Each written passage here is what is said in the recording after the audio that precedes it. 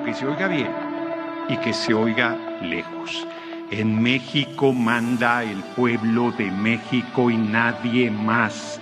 Y el pueblo de México... a sostener que García Luna es un asesino. Y se lo estoy diciendo en su cara si es que no hay ningún acto de cobardía. Se lo sostengo con elementos, con pruebas y con argumentos, y se lo estoy diciendo de frente. No hay ningún acto particular el proyecto de decreto por el que se reforman y adicionan y derogan diversas disposiciones de la Constitución Política de los Estados Unidos Mexicanos en materia de reforma al Poder Judicial. Pues te hemos cumplido, pueblo de México. A que acabemos con toda violencia en contra de las mujeres. Basta de discriminarlas, de abusarlas, de acosarlas, de violentarlas sexualmente, de asesinarlas por ser mujeres. Se tiene que acabar. Quieren que reparte el periódico puerta por puerta, eso haré. Si quieren que toque corazón por corazón, eso haré. Si quieren que vaya...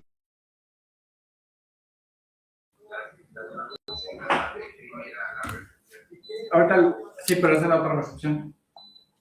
¿Listo? Perfecto. Gracias. Gracias. Se apágalo. ¿Listo? 5, pues ya. ¿Cómo están? Muy buenas noches. Hoy sí, tarde. Aquí son 10:30.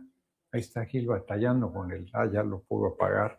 Es que está haciendo mucho calor. Estamos en La Paz, Baja California Sur.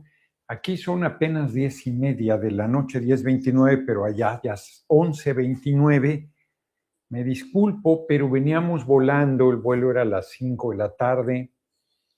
Y llegamos directo a una reunión. Víctor Castro Cosío, mi hermanito, gobernador de Baja California Sur, me invitó ahí a cenar y decía que iba a ser una reunión chiquita. No, hombre, llegaron un montón de compañeras, compañeros. Bueno, siempre para mí venir a Baja California Sur es importante. Siempre son de primera, muy cálidos conmigo. Son muchos años ya. Yo vine... yo creo que conocí La Paz en 1985, 84, y para tarea política vine en el PRD, era presidente, era gobernador de Baja California Sur, Leonel Cota Montaño, y me tocó venir como delegado. Leonel Godoy era el presidente del PRD, y era el final del gobierno de Leonel Cota, y fue la elección interna que fue muy importante. Fue un proceso muy, muy fuerte, hubo rompimiento. Narciso Agúndez quedó como candidato, fue gobernador. Y desde entonces, estamos hablando, ¿qué habrá sido? 2002, quizás, 2003, ya ni sé, 2004, no sé. Y he venido muchas veces. Voy a estar mañana en un evento con la alcaldesa de La Paz, Milena, a las 11 de la mañana. Me regreso mañana mismo por la noche. Ojalá hubiera habido un vuelo más temprano, me regreso en la noche. Y vamos a entrar a las noticias porque hay muchísima información. Veamos. El estrecho de Hormuz, que es un estrecho por el que circulan barcos de muy diversa naturaleza, particularmente los que comercian el petróleo de toda esa zona de Medio Oriente, que es riquísima en petróleo, Emiratos Árabes, Bahrein, Arabia Saudita, Irak mismo, Irán, son países productores de petróleo, como se lo dice, muy importante. Irán es la tercera reserva más importante del mundo, y por ahí pasan los barcos. Es un estrecho que estaba libre, podrían transitar, a pesar que está en aguas territoriales de Irán. La circulación de los barcos de toda la región siempre han circulado sin ninguna dificultad. Estados Unidos hace ya más de un mes generó una ofensiva militar contra Irán, con el pretexto, no voy a dejar de decirlo, con el pretexto de que estaba construyendo armas nucleares, lo cual es falso. Porque el gobierno de Estados Unidos dijo que en junio del año pasado había liquidado toda posibilidad de que Irán construyera un arma nuclear. En la negociación previo a la agresión militar, Irán inclusive había ido bastante lejos, por el propio gobierno de Estados Unidos, en el sentido de la supervisión del uranio enriquecido que se usa para la producción de energía eléctrica, o sea, se usa para fines pacíficos. Es muy importante las plantas que usan uranio generan electricidad con el uranio enriquecido. Bueno, antes de la agresión militar, el estrecho de Hormuz estaba abierto. Y después de la brutal agresión militar, Benjamino, saludos, comandante Noroña, cárcel, los hipócritas, vendepatrias, felicidades, Claudia Sheinbaum, viva AMLO, Free Palestine, viva Cuba Libre e Irán. Y Gregorio Hernández, saludos desde la ciudad de Hawthorne, California, originario del Grullo, Jalisco, sigue siendo mi gallo, muchas gracias. Estuvieron más de 24 horas negociando. El vicepresidente Vance pues, no llevaba facultades para negociar y tenía que estar consultando todo el tiempo si se aceptaba o no lo que se iba avanzando. Por supuesto se avanzó mucho, pero hay dos temas de cada parte que atoran la negociación. Estados Unidos quiere el control del estrecho de Hormuz, eso es inaceptable para Irán, porque además de que cedería en un asunto de soberanía nacional, a estas alturas menos puede ceder frente a toda la agresión militar que Estados Unidos desarrolló en su contra, además de las acciones económicas, de todo lo que ha venido pasando en las últimas décadas. Y Estados Unidos se niega a ceder en un tema que estaba incluido en los acuerdos, que es que Israel no debe seguir atacando Líbano. Además, atacando a la población civil, repitiendo la historia de Gaza, exactamente la misma, con la diferencia de que en el caso de Hezbollah, que supuestamente está en Líbano, no ha hecho ningún acto hostil hacia Israel. En el caso de Gaza, armó el pretexto, y digo armó el pretexto, de una agresión de Hamas. Es cierto que hubo 50 rehenes por parte de este grupo que generó toda la ofensiva brutal que hubo en Gaza y que destruyó toda esa población, que ha generado un número enorme, 22,000 solo entre niños y niñas asesinados, y arrasó con todo, no solo con hospitales, con escuelas, con edificios, con viviendas, con toda la ciudad. Todo lo hizo Pinole. Y ahora está con Líbano. Es una agresión que el mundo entero ha repudiado y condenado, pero Estados Unidos no quiere. Ahí los intereses que tiene junto con Israel hacen que no se cumpla esa parte del acuerdo y entonces estamos otra vez en una situación muy difícil. Pero lo que es increíble es que el presidente de Estados Unidos anuncia por la mañana que va a bloquear el estrecho de Hormuz. No, bueno, pero si está bloqueado y además insiste en que se debe abrir y ahora dice él que lo bloquea y que todo barco que le pague a Irán va a ser detenido por Estados Unidos. Esto genera una situación, además de increíblemente absurda, una comedia de enredos.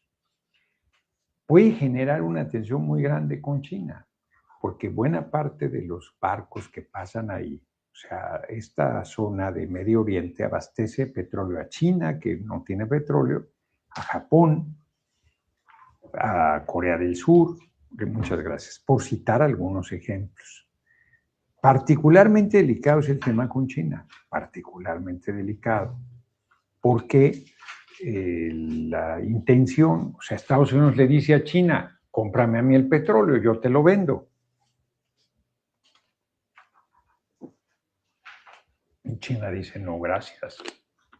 No, gracias, lo tiene que pagar en dólares, lo paga con su moneda en el caso de Irán, pero además, si tú dependes de que Estados Unidos te abastezca el petróleo para tu proceso de desarrollo como país, la soberanía energética, los países que no tienen petróleo están en una situación muy delicada. La razón de por qué la compañera presidenta dice, pues vamos a producir gas, aunque tenga que usarse el fracking, es porque depender de Estados Unidos, pues es una dependencia peligrosísima. La producción de electricidad, el ciclo combinado se hace con gas y no lo abastece Estados Unidos. En el momento que Estados Unidos diga no te vendo gas, pues nos pone en una situación verdaderamente difícil. Tendrías que comprarlo con Rusia, por otro lado. No debes depender en lo posible de ese tipo de energéticos. Además tenemos gas, efectivamente, pero requiere de esta forma de extracción que es el fracking. Bueno, no estoy diciendo que estoy de acuerdo, no estoy diciendo nada, simplemente estoy diciendo el problema en que estamos parados. Volviendo al tema. Entonces, si bloquea el estrecho de Hormuz Estados Unidos, está bloqueando el petróleo para China, entre otras de los efectos que eso tendría. ¿Se atreverá Estados Unidos a detener un barco de China? Bueno, eso sería todavía meterle más presión al problema que en este momento se vive en Medio Oriente. Entonces, la paz mundial, como yo he insistido, está con alfileres. Y por si eso no fuera suficiente, el presidente Donald Trump emite un mensaje, pásenme el mensaje, verdaderamente insolente en contra del Papa León XIV. El Papa León XIV se ha plantado muy firme, muy valiente, muy claro, diciendo, Dios, yo ya soy ateo, pero él dice, Dios no bendice ninguna guerra, no bendice la violencia, no bendice que se asesine a niños, a niñas, a civiles. Lo estoy diciendo con mis palabras, repudiando la guerra. Pero todavía más fuerte, el cardenal en Washington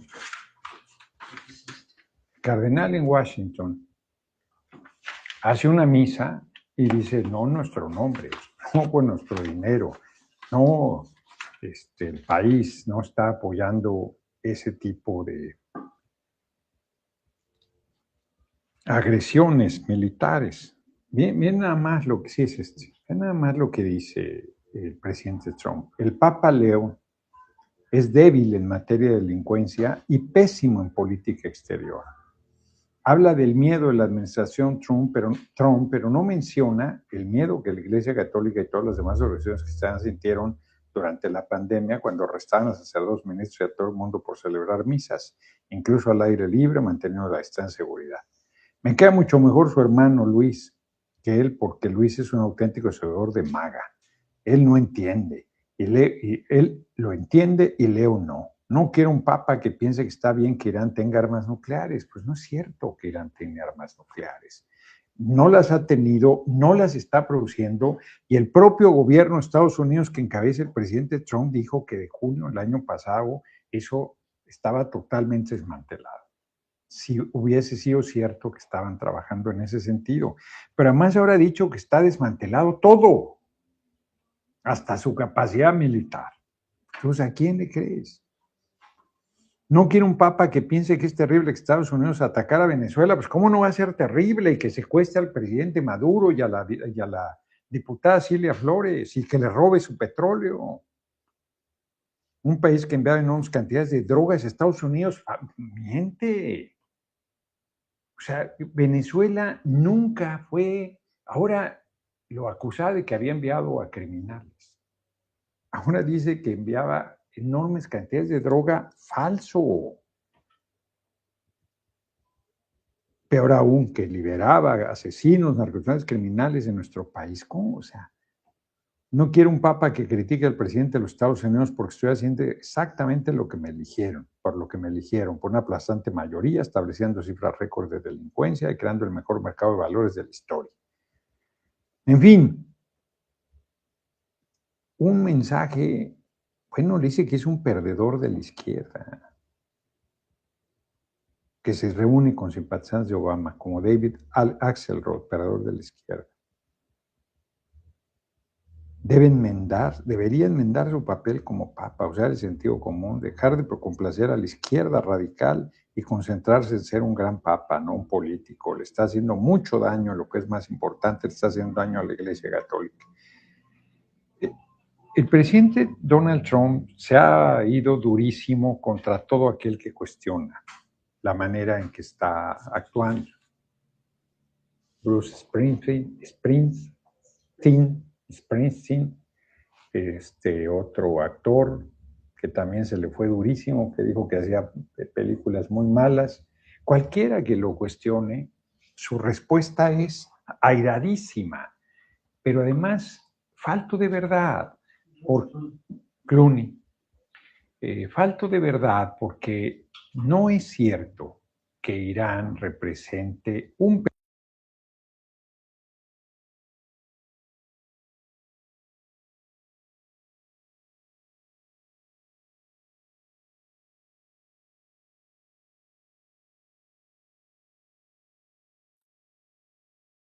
de los acuerdos está el derecho soberano que tiene Irán, como tiene cualquier país, de usar. Nosotros tenemos la planta de Laguna Verde, que usa uranio enriquecido. Alemania cerró todas las plantas que tenía de jalarse los cabellos ahorita para producción de electricidad, nucleoeléctricas, y ya estaba ahora produciendo con carbón la electricidad. Entonces, sí se considera una energía limpia, es sumamente peligroso el manejo del material radioactivo y de los desechos, además que genera la industria nuclear. Y a pesar de todas esas dificultades, hay mucha experiencia en el manejo y se considera dentro de los criterios mundiales la generación de electricidad con uranio enriquecido como energía limpia. Entonces, en ese sentido, el planteamiento que hace el presidente Trump es igual de sesgado como lo fue con el caso de Venezuela, ni qué decir con Cuba, ni qué decir con Colombia y ni qué decir con México. Porque además otra vez habrá quien diga, ¿y a ti qué te interesa? Pues es que es el mismo discurso. Perdón, estoy tomando algo mineral. Es el mismo discurso para justificar sus agresiones hacia otros países y a otros pueblos. O sea, acusar al presidente Petro de vínculos con el narco es majaderísimo. Es un hombre honesto que sirve a su pueblo. Es la primera vez que un hombre de izquierda gobierna Colombia.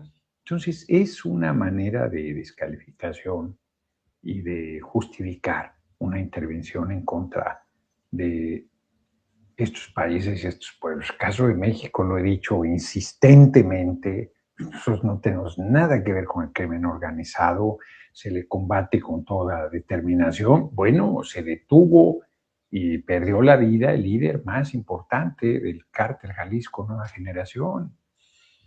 No pueden decir, además han reconocido y sigue reconociendo el gobierno de Estados Unidos la tarea que se ha venido haciendo en materia de seguridad, que se ha avanzado como nunca, que la colaboración, que la coordinación existe y no se detiene en territorio de Estados Unidos a quienes distribuyen droga en territorio de Estados Unidos. Pues no se puede ser más hipócrita, no puede ser más sesgado manejo del tema. Y se siguen vendiendo cantidades enormes de armamento que entra de contrabando por la frontera de Estados Unidos hacia México. Son temas que Estados Unidos no ha hecho su parte. Entonces, como les decía, la otra parte que también le debe haber irritado mucho al presidente Trump es la homilía que hizo el cardenal Robert McElroy en Washington, justamente. Cuando salgamos de esta iglesia esta noche debemos ir más allá de la oración. Como ciudadanos y creyentes en esta democracia que apreciamos tan profundamente, debemos abogar para que nuestros representantes y líderes busquen la paz. No basta con decir que hemos rezado, también debemos actuar, porque es muy posible que las negociaciones fracasen, como sucedió, debido a la terquedad de ambas partes y que el presidente reinicie esta guerra inmoral. En esa coyuntura crítica, como discípulos de Jesucristo llamados,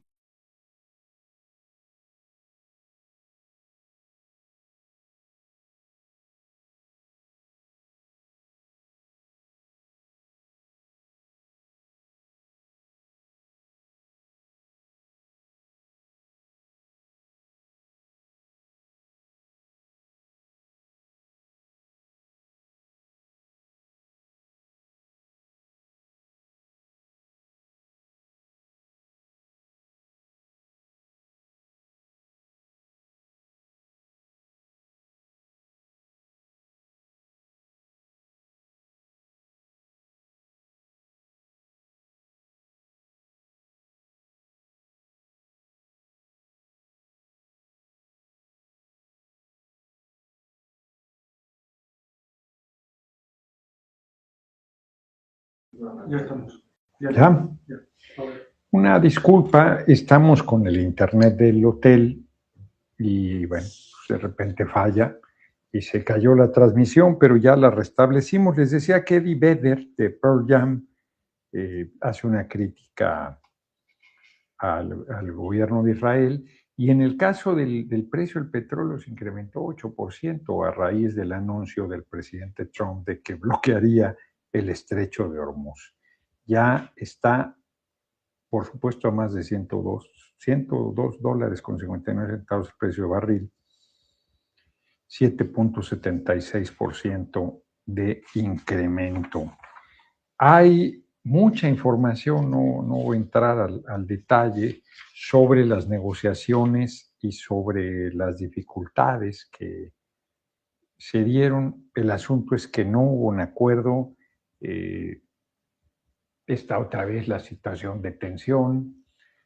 Por lo pronto no ha habido ningún ataque, hasta donde yo chequé, de ninguna de las partes, pero la situación está muy complicada.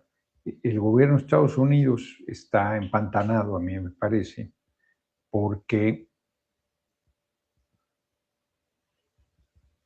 están las cosas pues muy desfavorables para lo que había venido planteando.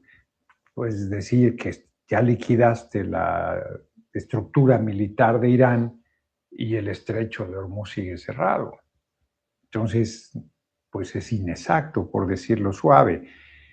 Y dar el paso hacia el uso de armas nucleares, que son genocidas, sería cometer el mayor crimen de guerra en la historia de la humanidad. Entonces es una situación muy complicada, muy peligrosa y pues de pronóstico reservado. Por supuesto que Irán ha hecho declaraciones durísimas también, o sea, se ha incrementado el nivel de tensión, no hay ninguna prudencia de ninguna de las partes. Yo aquí lo comenté, siguiendo de manera cuidadosa, pero el comunicado que hizo en su momento el gobierno de Irán sobre cuando habían logrado sentarse a la negociación, pues tampoco me pareció el mejor comunicado posible. Yo entiendo, sumamente agraviado está por la agresión militar, pero me parece que era un logro importante que se hubiera abierto el espacio para tratar de encontrar una salida con la mediación de Pakistán. Las declaraciones de ambas partes son sumamente agresivas. Por su parte, Netanyahu fue a territorio libanés y dice que queda mucho por hacer porque la determinación que tienen es de seguir en su expansión territorial. Gravísimo. Reino Unido y Francia plantean que se debe incluir al Líbano en el alto al fuego. Y por si este escenario no fuera suficiente, Turquía ha planteado que, me parece lo obvio, que Israel está saboteando la posibilidad de un acuerdo y se reserva la posibilidad de atacar a Israel. Entonces la situación en toda esa zona de Medio Oriente está muy, muy delicada. Y a esto súmale que vienen saliendo cada vez más testimonios del uso de tortura en contra de los presos palestinos y presas por parte de Israel. No es algo nuevo, han trascendido torturas, violaciones sexuales a mujeres, a hombres que son prisioneros de Israel y que es una política del Estado de Israel sistemática, permanente. Y ahí el comité de la ONU brilla por su ausencia, por cierto.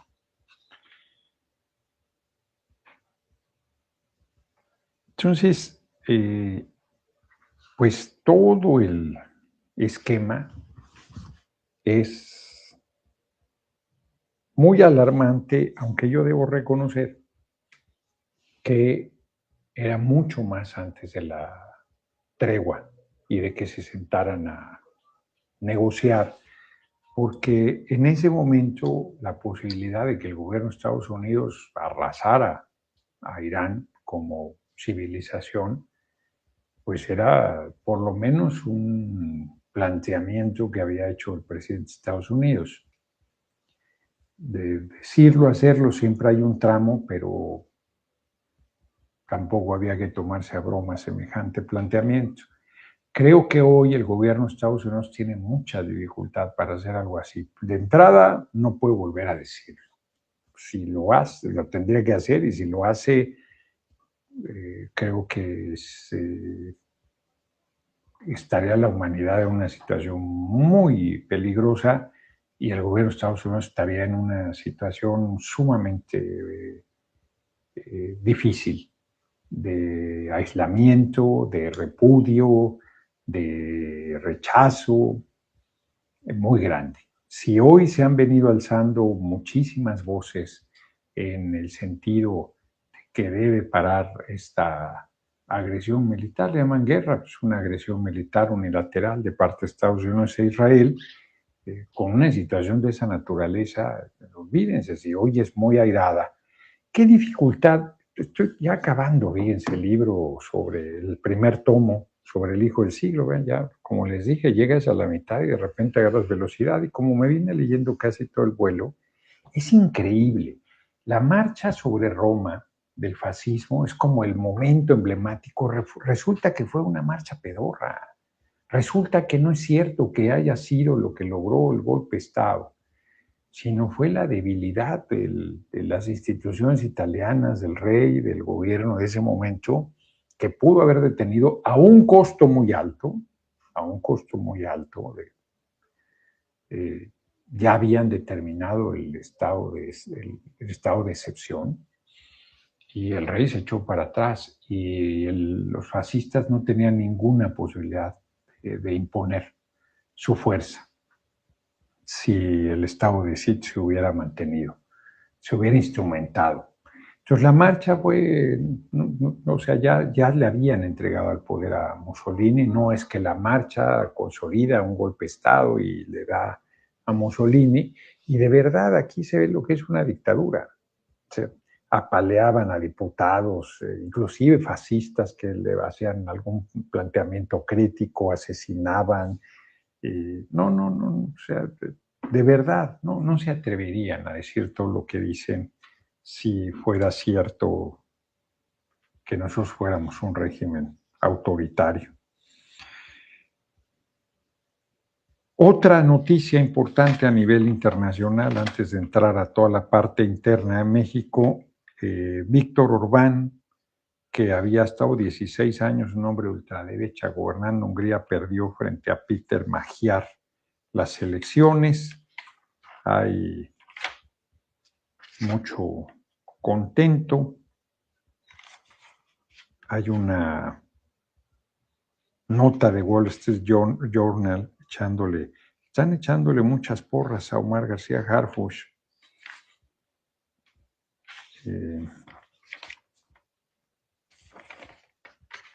Voy a las noticias nacionales, pero aunque aquí la única que veo es la de que la compañera presidenta Claudia Sheinbaum Pardo, estando en Tlaxcala, echó a andar el primer polo de desarrollo económico del país, que va a ser muy importante. Son varios polos de desarrollo. En este caso, una inversión privada de 540 millones de dólares y va a generar un número importante de empleos. Lo inauguró en Huamantla, en Tlaxcala.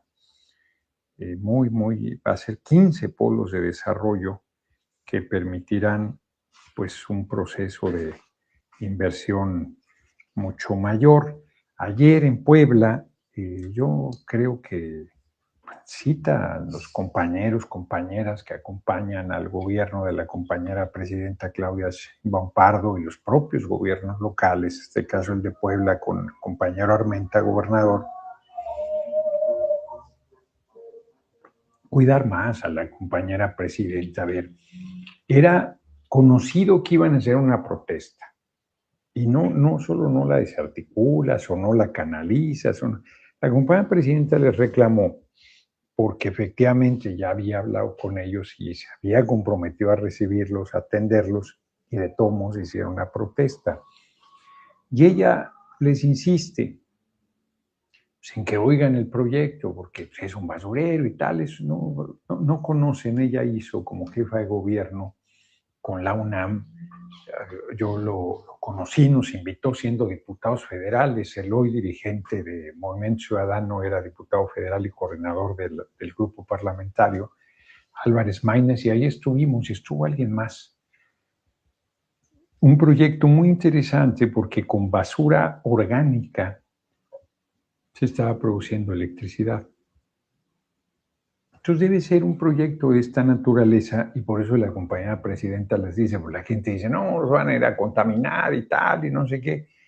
Y no, les decía, escuchen el proyecto, pero den oportunidad que se presente, a que vean de qué se trata, de qué va a generar.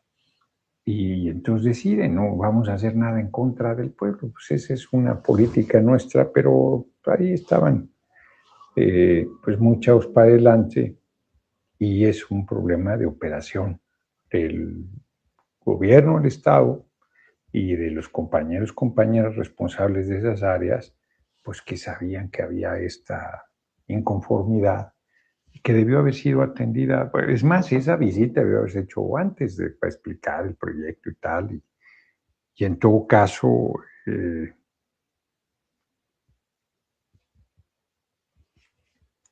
comentar con la compañera presidenta esa dificultad, si hubieran podido resolverla. Yo creo que se hubiera podido avanzar mucho. En fin, a toro pasado es muy obvio, es muy claro lo que debió haberse hecho, y están en el golpeteo los medios. Pues la compañera tiene carácter, la compañera presidenta le está hablando bien, además respetuosamente y con firmeza, no autoritaria y el delito y tal. O sea, son muy farsantes los de la derecha, la verdad, muy intrigantes. Ellos eran terribles, reprimían, ya parece que se iba a poder acercar uno a hablar así con un presidente del PRI o del PAN. Pues, hombre, ya con del usurpador de Calderón, vaya rejas, el Estado Mayor Presidencial, la Policía Federal, la Policía del Lugar, eran súper arbitrarios. Pues que me lo platiquen a mí, con Peña, con todos ellos, hombre, de verdad son muy farsantes, muy hipócritas. Su característica es la, hipocresía. Pues eso es lo que hay. Eso es lo que hay. Pues estaba viendo lo de la tortura sexual, es terrible, terrible. Porque ya podemos hacer hoy más corta la videocharla. Ya son más de las 12. Vuelvo a insistir. El problema mundial. El estrecho de Hormuz estaba abierto y lo vas a abrir bloqueándolo adicionalmente a lo que está cerrado. No, bueno, que alguien me explique. Que alguien me explique. Eloy, saludos desde el Centro Ceremonial Mazagua. Ojalá pueda volver a visitarnos después de visitar San Felipe el Progreso. Voy a este fin de semana a San Felipe el Progreso. El sábado estoy en Naucalpan y Tlalnepantla. Creo que en sentido estricto, Tlalnepantla y Naucalpan, en ese orden. Y luego en domingo en Atlacomulco y San Felipe el Progreso. Ahí en la oficina busquen. Las escaleras siguen barriendo de arriba para abajo, dice Armando Guerrero. Pues sí, el tema del psicólogo René, el tema de la trata de personas en Tlaxcala, no áreas cercanas en Tlaxcala, ahí hay grupos muy fuertes de toda la vida. El robo de combustible, dice. Aurora Benavides, Tlaxcala tiene una iglesia de la Virgen de Ocotlán, está hermosa, parece que estás en Europa. Tenemos iglesias muy bellas. Creo que esa de Tlaxcala mantiene todavía los techos artesonados, se llama, de madera, que no tiene un clavo, está todo, sí, bellísimos. Se peregrina. Pues traen un campañón ahí a favor de dejar, pues es muy temprano. Chefchela, nos gana la lógica la guerra se contrarresta con más guerra, pues no. Debe imperar la paz, el respeto a la soberanía de las naciones. La verdad es que yo apoyo con todo, yo soy ateo, ya lo saben, apoyo al Papa porque el Papa está en una posición humanista, está en una posición a favor de la paz, a favor de la justicia social, a favor de la igualdad. Me quedé trunco en esa idea antes de seguir leyendo. ¿Cuál es la diferencia con el fascismo, con el nazismo, de las dificultades que tiene este fascismo del siglo XXI o esta ultraderecha violenta del siglo XXI que no tiene a la Iglesia? La Iglesia, a Hitler lo apoyó, la verdad, y a Mussolini. Aquí en el libro ahorita, les puedo leer, no se los leeré, todo caso mañana, un acuerdo que hace con la Iglesia Católica, inclusive de que se dé educación confesional en las escuelas públicas para quitarse al partido católico que había, que le estorbaba a Mussolini en su consolidación de un gobierno dictatorial. Entonces le hace cualquier cantidad de concesiones a la Iglesia Católica y la Iglesia Católica, el Vaticano, lo apoya. A Hitler ni se diga, ayudaron a muchísimos criminales de guerra a escapar del Vaticano en la Segunda Guerra Mundial.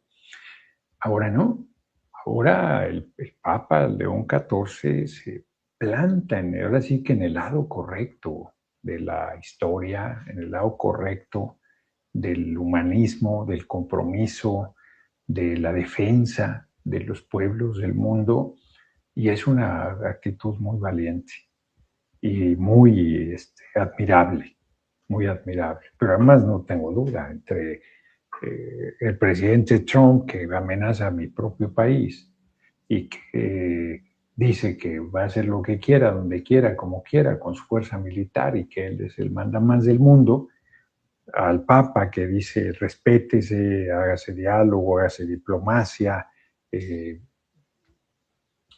trabájese por la justicia social. O sea, no hay duda de qué lado debes estar. Por eso es que la videocharla hoy se llama Yo apoyo al Papa. Aquí está lo que ya tenemos desde el viernes: Coyotepec a las 2 de la tarde en la plaza principal, a Totonilco en Hidalgo a las 5 de la tarde en el fraccionamiento Casas No sé si falta ahí una E, una I, porque es QUIMA, no sé, o sea, así se llame. En Tlalnepantla y en Naucalpan ya les daremos los datos precisos, hora y lugar. Y el domingo a las 11, Isidro Favela, plaza principal, en Atlacomulco de Favela, perdón, la plaza principal, y a la 1 de la tarde en la plaza principal de San Felipe el Progreso. Importante gira en el Estado de México, viernes, sábado y domingo, con una visita más a un municipio en Hidalgo. Pues nosotros mañana, a las efemérides, ya me estoy queriendo ir. Mañana sí hacemos a las 6 de la tarde, va a ser las 5 de aquí.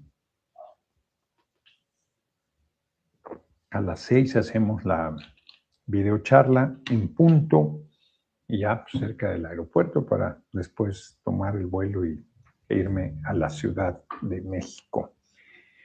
Un 12 de abril, Galileo Galilei es acusado de herejía y la Inquisición inicia el juicio en su contra, les digo. 1813, José María Morelos y Pavón, al mando de las fuerzas insurgentes, toma el puerto de Acapulco. Ese fue un triunfo que acabó siendo una derrota. 1867, el general Porfirio Díaz Mori inicia el sitio de la Ciudad de México, que estaba dominada por las fuerzas imperialistas.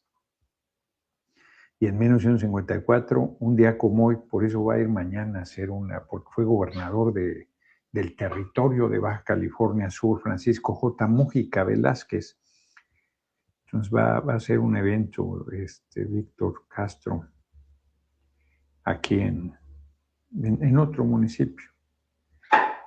Destacado revolucionario michoacano que dedicó su vida a las luchas por las causas justas de nuestro país, muere en 1954. Fue diputado del Congreso Constituyente de 6-7 y un diputado con una gran influencia en ese Congreso.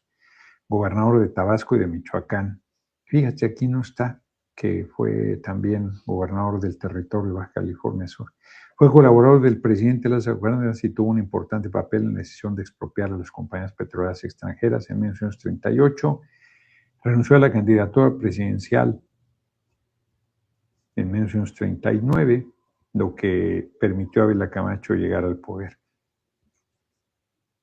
Digamos que sí no tuvo las condiciones para ser el candidato. Y en 1961, Yuri Gagarin, astronauta soviético, cosmonauta se llamaban ellos, se convierte en la primera persona en viajar al espacio y orbitar la Tierra. Pues eso es lo que hay. Nos vemos mañana. Muy bien va el libro del Hijo del Siglo. Sí lo recomiendo, pero no creo que se lo echen, pero vale mucho la pena si quieren entender lo que es el fascismo. Es como si fuera un reportaje, paso por paso. Y voy a ir a la UACM este jueves. No, hombre, ahí la llevo yo. Este jueves a las 4 de la tarde, no, a las 2 de la tarde, voy a estar en la Universidad Autónoma de la Ciudad de México, Auditorio Mariano Viveros. Ellos hacen el neoliberalismo y sus críticos. Pues ahí voy a estar. Y mañana lo de la compañía. Mañana a las 11, sí. Aquí con la alcaldesa Milena. ¿Pero dónde es el evento? En la casa de la...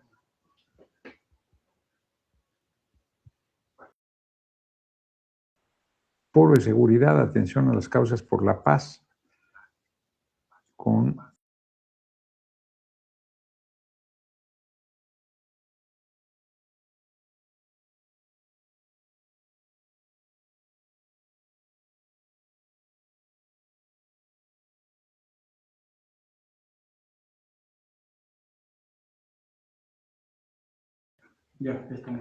les decía, ya nos despedimos, que es en el Centro de Convenciones Pichilingue, mañana a las 11 de la mañana, como 20 minutos aquí donde estamos.